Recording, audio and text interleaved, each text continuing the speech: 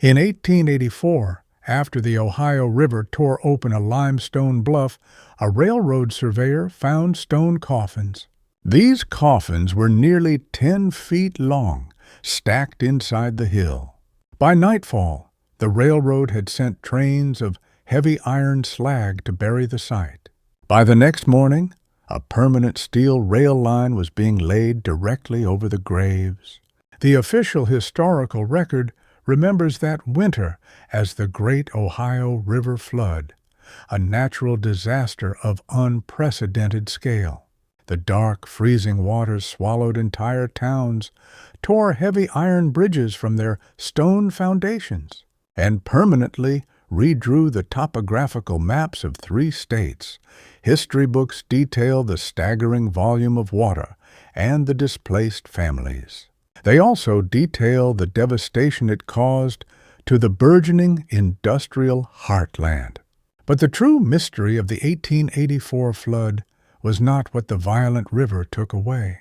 It was what the receding currents left behind in the torn earth at a place called Blackwood Bend.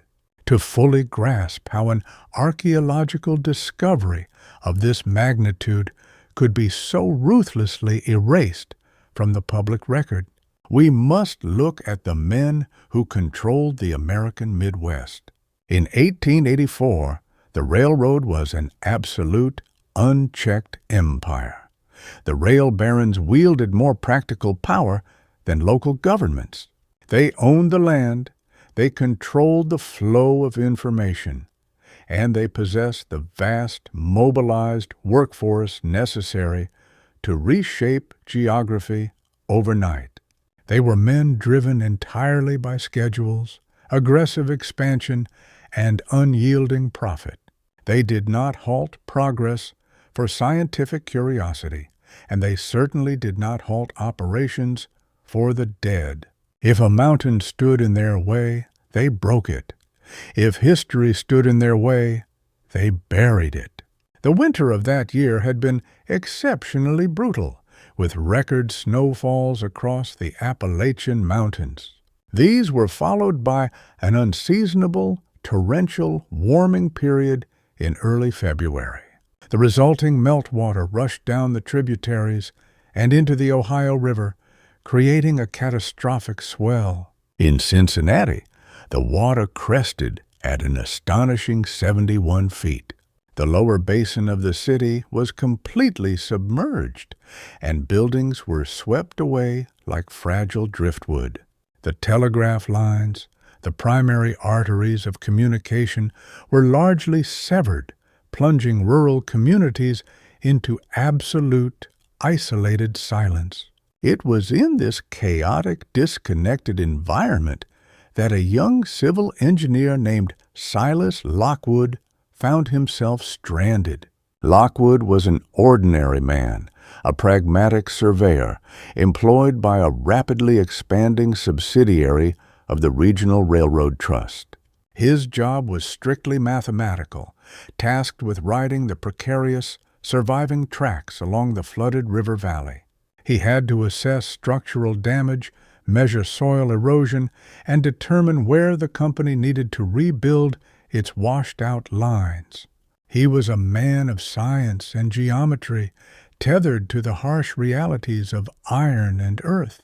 He did not believe in local folklore, and he possessed no imagination for the impossible. On the freezing morning of February 24th, Lockwood and a small crew of exhausted laborers arrived. They arrived at a rural, isolated stretch of the river. The planned rail route was supposed to curve gently around the base of a towering, deeply forested limestone bluff. But the flood had severely undermined the foundation of the hill. A massive, catastrophic landslide had occurred during the night, shearing away a sheer face of earth. This face was nearly 80 feet high and 300 feet wide, collapsing into the churning brown water of the Ohio River. Lockwood ordered his men to hold their position while he carefully navigated the treacherous, unstable mud to inspect the newly exposed cliff face. He needed to determine if the remaining bedrock was stable enough to support the immense, vibrating weight of a steam locomotive. The air was heavy with the smell of wet roots, rotting river vegetation, and deep, ancient soil. As Lockwood approached the sheer wall of the collapsed bluff, he noticed a strange geometric regularity protruding from the dark, wet clay. About 30 feet up from the waterline, embedded deep within a layer of pale, compacted sediment, was a distinct horizontal row of rectangular objects. At first, Lockwood assumed they were the foundational stones of an old, forgotten pioneer blockhouse, or perhaps strange outcroppings of natural slate. But as he wiped the freezing rain from his eyes and adjusted his brass field glasses, the true horrifying nature of the objects snapped into focus. Protruding from the freshly torn earth were dozens of massive stone coffins. Their construction defied all conventional logic.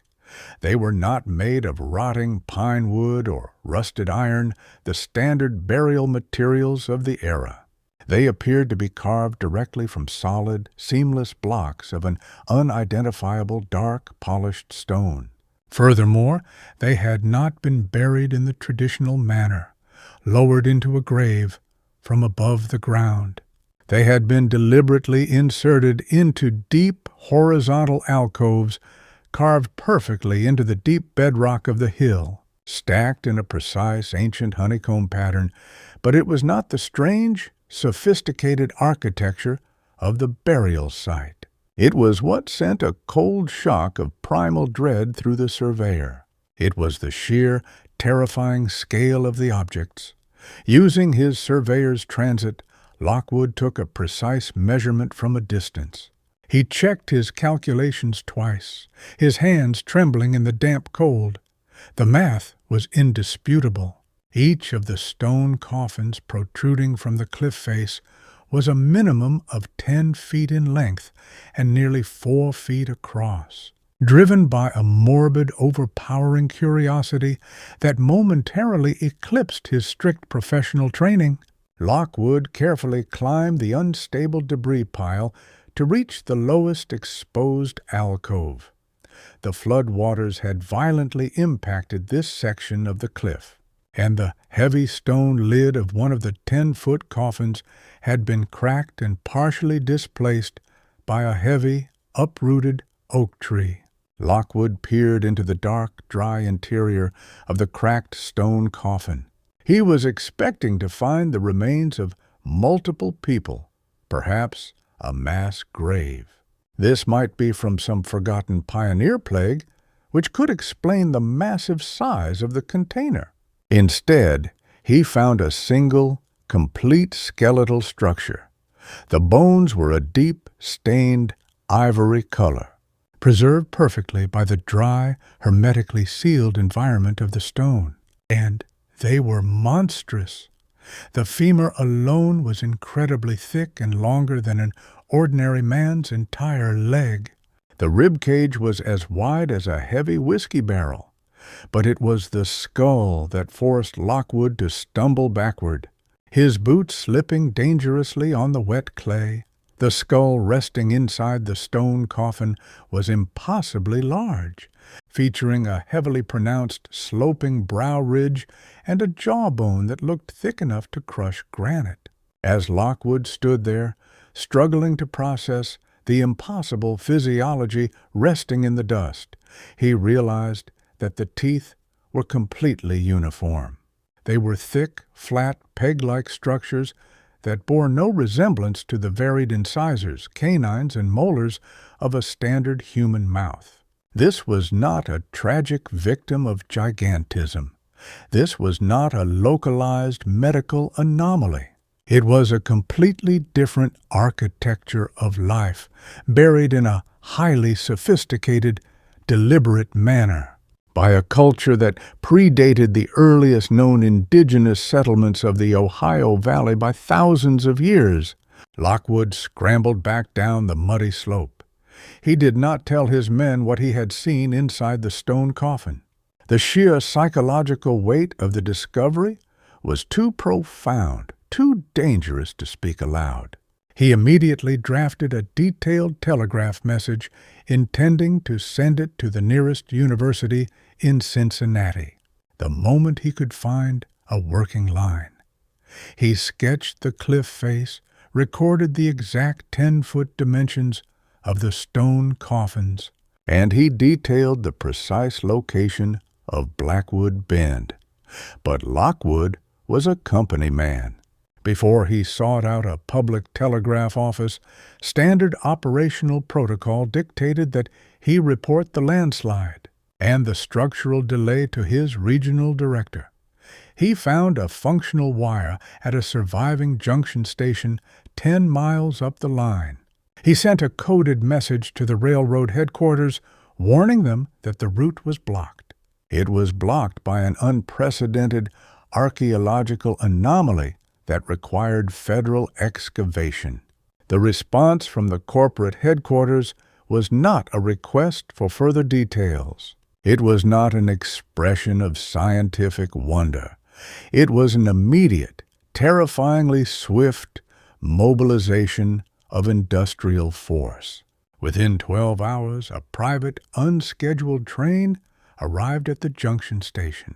It did not carry structural engineers or bridge builders. It carried the regional vice president of the railroad, accompanied by a dozen heavily armed private security agents dressed in dark wool coats. They immediately confiscated Lockwood's logbooks, his surveyor sketches, and the draft of his telegraph message. He was quietly, firmly informed that his employment was terminated effective immediately, and that any public discussion of the geological instability at Blackwood Bend would result in severe legal and personal consequences. Lockwood was forcibly escorted away from the site. He watched from a distant ridgeline as the true devastating nature of the corporate cover-up began. The railroad did not attempt to excavate the cliff. They did not attempt to respectfully route the tracks around the ancient burial site. Instead, they enacted a plan that defied all conventional engineering logic. They brought in a continuous, deafening parade of heavy hopper cars filled with crushed iron slag, granite ballast, and industrial cement. Working continuously through the night, under the harsh, blinding glare of chemical arc lamps, hundreds of laborers were forced to dump the heavy material directly against the exposed face of the bluff. The goal was not to stabilize the hill for future use. The goal was to bury the 10-foot coffins completely. For 3 continuous days, the sound of steam whistles and the grinding of heavy rock echoed through the flooded river valley. They poured thousands of tons of material into the landslide scar, creating a massive, unnatural, sloping ramp of industrial waste. That completely concealed the pale sediment and the massive stone coffins. Once the cliff face was entirely buried beneath 30 feet of compacted slag, Blackwood Bend was no longer a flood site. It had become the slag-covered grave. Rather than waiting weeks or months for the newly dumped earth to properly settle, a basic, fundamental rule of civil engineering, the railroad immediately laid heavy, treated wooden ties and thick steel rails directly over the fresh fill. The operation was a deliberate, incredibly expensive act of geographical erasure. By the time the local newspapers were able to print again, the story of the slag-covered graves was reduced to a single, uninteresting paragraph in the back pages. It stated simply that the railroad had successfully executed a rapid emergency fill operation to repair a minor washout caused by the flood. There was no mention of the landslide. There was no mention of the 10-foot stone coffins. And there was absolute chilling silence regarding what rested inside them. Silas Lockwood spent the rest of his life attempting to quietly validate what he had seen that day. He frequented regional libraries and historical societies, searching for any obscure, forgotten pioneer journals or indigenous oral traditions that mention giants in the river valley. He found early 19th century accounts from frontier farmers who had supposedly plowed up massive jawbones, and stories of ancient conical mounds that contained skeletons of abnormal size. But every physical artifact had allegedly crumbled to dust upon exposure to the air, or had been boxed up and shipped to distant prestigious institutions in the East, never to be displayed or spoken of again. Lockwood slowly realized the terrifying truth.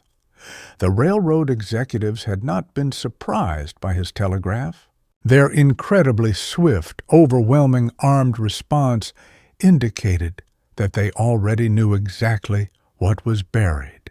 In the deep hills of the Ohio Valley, they had likely encountered these massive ancient structures before, during their relentless, continent-spanning excavations, and they had a predetermined, uncompromising protocol for dealing with them. A rational historian, looking back at the events of 1884, would urge caution. A skeptic would say that Silas Lockwood simply saw naturally formed, rectangular limestone boxes, misread the size of the objects in the freezing rain and panic of the flood, and later turned simple flood damage into an elaborate legend in his own mind.